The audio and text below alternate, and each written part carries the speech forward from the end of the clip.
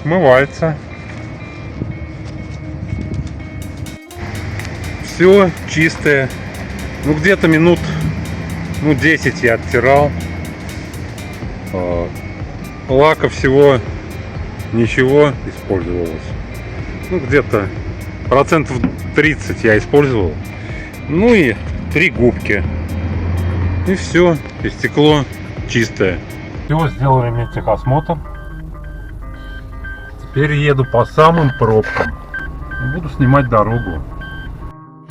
Я был намерен зарегистрировать машину как можно быстрее, чтобы спокойно ехать уже с номерами. Первое, что нужно было сделать, это техосмотр, который обязателен для ввозимых из-за границы авто. А с изрисованным стеклом ТО не пройдешь. Там я загнал машину, у меня взяли документ, выписку из электронного ПТС. Мужик сказал ждать полчасика, снял машину на камеру спереди и сзади и больше вроде ничего не делал. Через полчаса он отдал мне документы и диагностическую карту, а я перевел 1500. Никаких проверок тормозов, фар или еще чего-то мной замечено не было. Может потому, что машина почти нехоженная. Но на мой взгляд, ТО как был липой, так ей и остался. Следующее, что нужно было сделать, это оформить полис ОСАГО. Машину по новым правилам и без него зарегистрируют, но ездить с ним нельзя по закону. Да и просто как-то немного страшновато. Вдруг что-то случится, и ты можешь выложить серьезные деньги. Нормальная машина по городу. Даже разгоняется. Заехал я опять в какой-то торговый центр. Все равно нужно что-то покупать. Сейчас буду думать, что я буду покупать. Вот завел радио здесь. Все по-японски, но какой-то русский нашел. Короче, какой-то прогресс. Ну, что могу сказать, первые впечатления. Машина, конечно, в горочку тянет слабенько. Ну, само собой, 52 лошадиные силы. Поэтому на третий с разгона нормально, на второй, на четвертый уже не заедешь. Ну, приспособлюсь, что же сделаешь. Ну, так как я нахожусь близко к Китаю, недалеко от Вьетнама, сравнительно недалеко, то накупил я всякой китайско-вьетнамской снеди. Буду постепенно есть. Сразу, конечно, все не съешь. Наверное, все это очень острое. Что это такое, я, честно говоря, вообще не знаю. Купил я еще вот такую полезную штуку. Присоски сюда, и здесь дополнительно фиксируется. Это мне и для съемки, и для навигатора. В начале этого путешествия было много неизвестного. Поэтому четко планировать сроки поездки не представлялось возможным. Во-первых, не было опыта покупки машины с японского аукциона. Но об этом процессе расскажу позднее. Затем же все упиралось в день записи на регистрацию в ГИБДД. Могли записать на этот же день, а могли и через неделю, что создавало временной лаг. Подготовка к путешествию включала в себя замену масла, проверку машины, покупку необходимых аксессуаров, таких как домкрат, насос, если бы их не было. А они не обязаны были быть. Но с этим мне повезло. Также нужно было обязательно иметь запаску, а ее точно не было. так как отдельно колеса – это санкционный товар, и японцы их у себя в порту изымают. Желательно иметь запасную емкость для топлива в виде канистры, так как машина маленькая, и я хотел еще и ночевать в ней. Как мне казалось, необходимо было поставить багажник на крышу, чтобы там ехали мешающиеся мне в салоне предметы. Диск для колеса прилетел со мной в самолете, так как подходящий комплект литья я уже имел у себя в гараже, и тратиться отдельно на диск для запаски я был не намерен. Ведь зимнюю резину все равно нужно было бы покупать, и поэтому я заказал на маркетплейсе 3 зимних покрышки на домашний адрес, который получил мой брат, и одну на Владивостокский, в пункт рядом со снятой мной студией. Сюда же я заказал багажник, поперечины для него и канистру. Конечно, все это делалось заранее, еще из дома.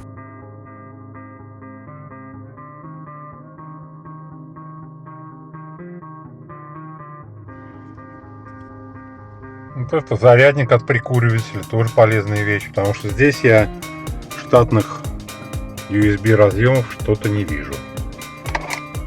Прикуриватель у нас вот здесь находится. В общем, тут будут провода торчать. Ну, газы купил, упаковку газа. Это мне в пути готовить, если что. Лопату складную. В общем, на 4800. Термос.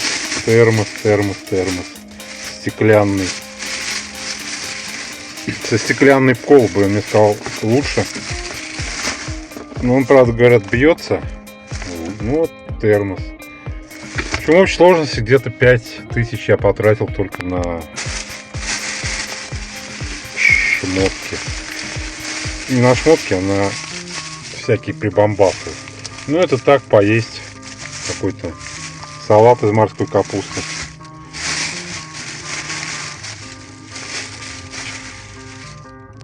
Время 2:13 по Владивостокскому формату. В общем, у меня что-то проясняется сейчас. Записался на регистрацию в Хабаровск, потому что здесь мне смысла нет регистрироваться. Ближайшая регистрация на 12 число. До 12 числа здесь толкаться, я думаю, что смысла нет. Снял жилье в Хабаровске с 11 по 13. Посмотрю Хабаровск. Ну, естественно, успею посмотреть и Владивосток. Ну и здесь дела доделаю. Там запаску себе, как говорится, скомпоную. Багажник примострячу самостоятельно. Защиту картер поставлю, масло поменяю. Но это все, в общем-то, я думаю, за 2 дня я все это сделаю. На Озон сейчас должно прийти. Также рядом со своей снятой квартирой я на Озон закажу рамки номеров квадратных, потому что на мою машинку подходят только квадратные номера. Завтра нужно будет себя пересилить, встать где-нибудь часиков в 9, независимо от того, во сколько я сегодня засну. Потому что нужно ломать этот график. Доброе утро. К своему стыду я хочу вам сказать, что меня вчера развели как мальчишку. Вот эта штука на маркетплейсе, в частности на Озоне, стоит 300 рублей. Мне ее продали за 1800. Вот эта штука стоит 250 рублей. Мне ее продали за 1200. Так, лопатка здесь у меня была где-то складная. Где она у меня там, если дотянуть? Вот она. А, нет, это не лопатка. Вот это вот нормально стоит. 75 рублей баллон. То есть нормальная, адекватная цена. Ну, в общем, лопатка такая складная. На маркетплейсе стоит тоже в районе 300 рублей. Мне ее продали за 1200. Так что на моих ошибках, я думаю, что многие из вас это знают. Но вчера что-то я как-то поддался этому. Тоже знал же. Сначала посмотрите примерно цену того, что вы будете покупать. И не верьте китайцам.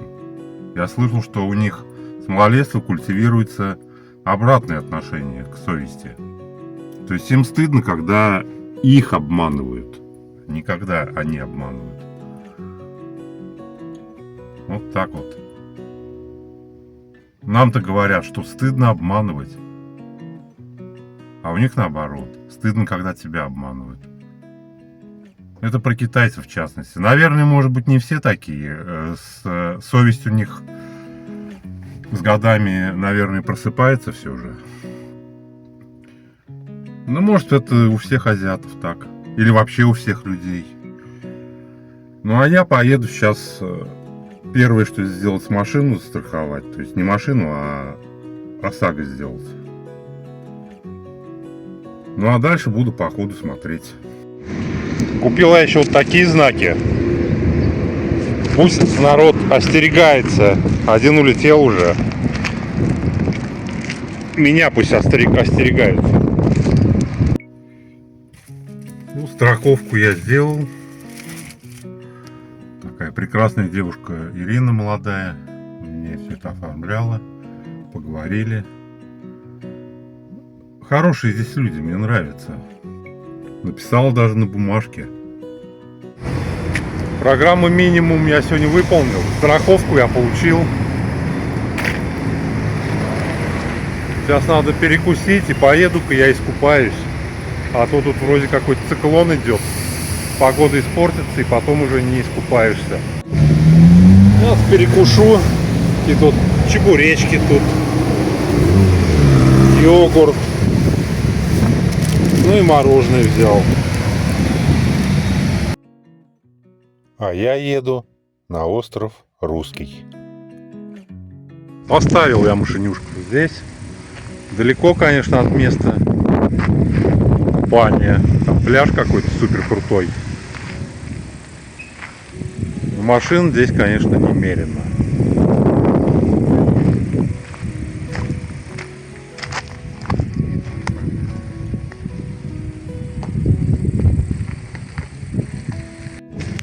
Метров 300 прошел, 400 может быть.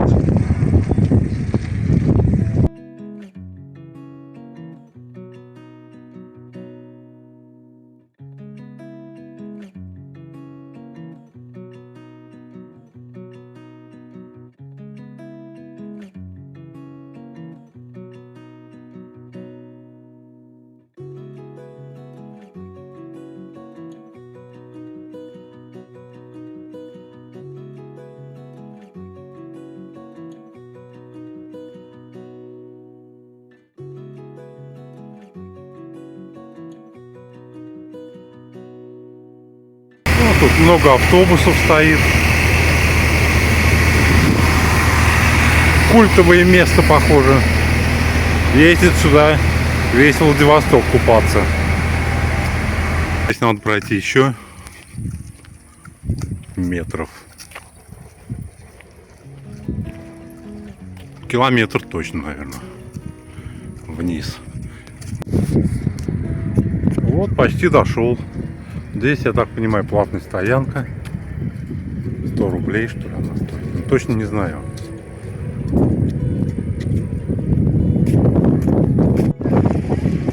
Вот оно, местное взморье. Сейчас здесь окунусь по-быстрому.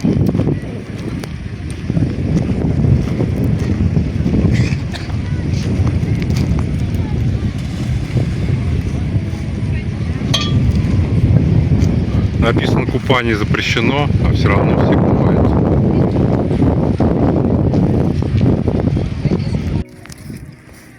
Искупался я на этом курорте. Вода липковатая, но морская зато. Типичная морская вода.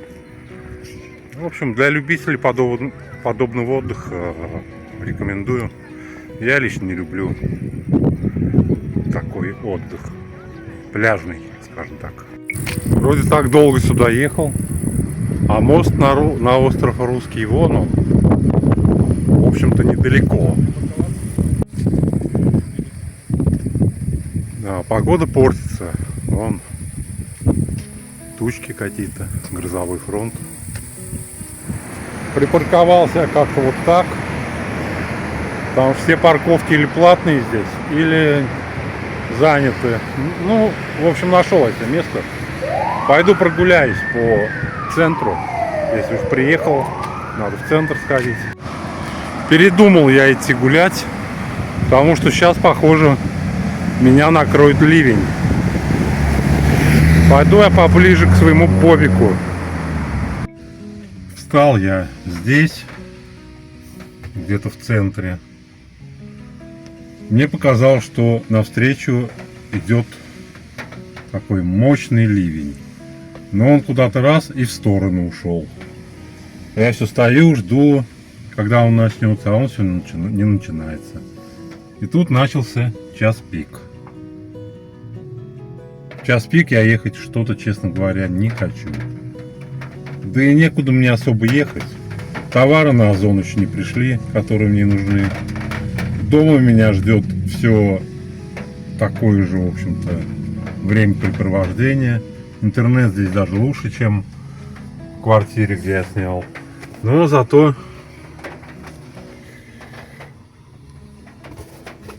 разложился сейчас вот так вот. Буду пробовать отдыхать.